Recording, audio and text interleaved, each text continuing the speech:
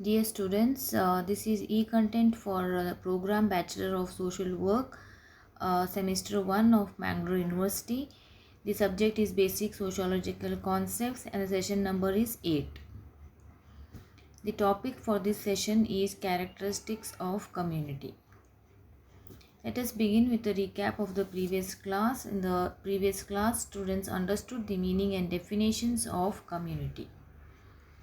The learning objective for this session is to understand the characteristics of community. The expected session outcomes are that the students understand the characteristics of community. The main elements of community are locality and community sentiment. Let us try to understand the meaning of locality. One of the main elements of community is locality. Community is basically a territorial group. A group of people alone without a territory can't form a community. It is a community only when a group of people reside in a definite territory. It is not necessary that the territory should be fixed forever. For instance, a group of people, such as a group of nomadic people, may change their habitation but are still a community. However, most of the communities are settled ones. This fixed territory uh, or definite locality leads to a strong bond of unity and solidarity. The next important element is community sentiment. A group of people in a definite locality cannot form a community without community sentiment. Community sentiment refers to a strong sense of we feeling among the members or a feeling of belonging together. It refers to a sentiment of common living that exists among the members of a locality. Because of common living within an area for a long time, a sentiment of common living is created among the members of that area. With this, the members emotionally identify themselves. This emotional identification of the members distinguishes them from the members of other communities. Now, let us have a look at the characteristics of community. The first characteristic is stability or permanency. A community is not a temporary group like a mob or a crowd. It is a permanent group and is relatively stable. It includes permanent group of individuals in a definite territory. The second characteristic is naturalness. Communities are not created in a planned way through deliberate efforts, rather, they are created naturally in an unplanned way. Membership is usually by birth but not voluntary. They originate spontaneously and develop naturally. The third characteristic is the idea of size. Communities involve the idea of size. A community may be small or big in size.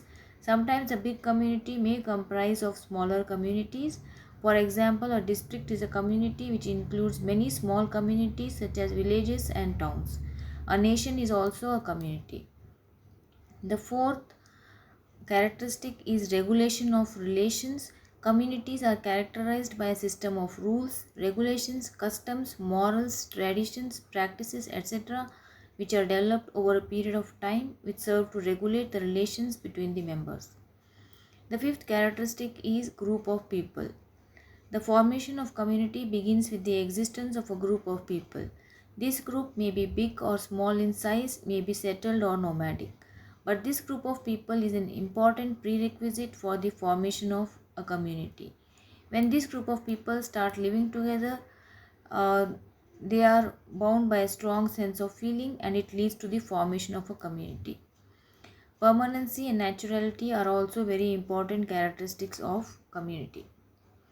The next important characteristic is likeness. The members of a community share similarity of language, customs, modes, etc. They are a group of people who share a common way of life.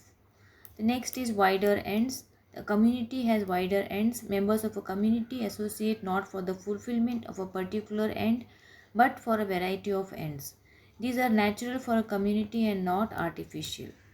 The next characteristic is wider a particular name. Every community has a particular name by which it is known to the world. Members of a community are also identified by that name. For example, people living in Punjab are called Punjabis and people living in Kashmir are called Kashmiris.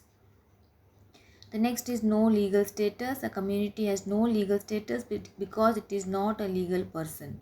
It has no rights and duties in the eyes of law. It cannot sue and it cannot be sued. So these are some of the important characteristics of community. Let us come to the session summary. The characteristics of community include elements such as a group of people, locality, community sentiment, permanency, naturality, etc. Let us have a look at the multiple choice questions. The first question is, the main elements of community are A. Locality, B. Community sentiment, C. Both A and B, D. None of the above. And the right answer is C. Both A and B. The second multiple choice question is, the main elements of community include A. Locality, B. Stability, C. Both A and B, and D. None of the above. And the right answer is A. Locality. The third question is, which of the following is a characteristic of community? A. Stability, B. Naturalness, C. Both A and B, and D. None of the above.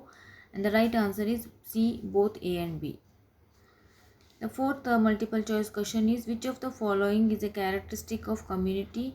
A. Stability, B. Group of people, C. Both A and B, and D. None of the above. And the right answer is C. Both A and B. The fifth multiple choice question is, which of the following is a characteristic of community? A. Locality, B. Naturalness, C. Both A and B, and D. None of the above. And the right answer is C. Both A and B. These are the books which have been referred to for the preparation of this material, and these books may be referred for more detailed information of these topics. Thank you.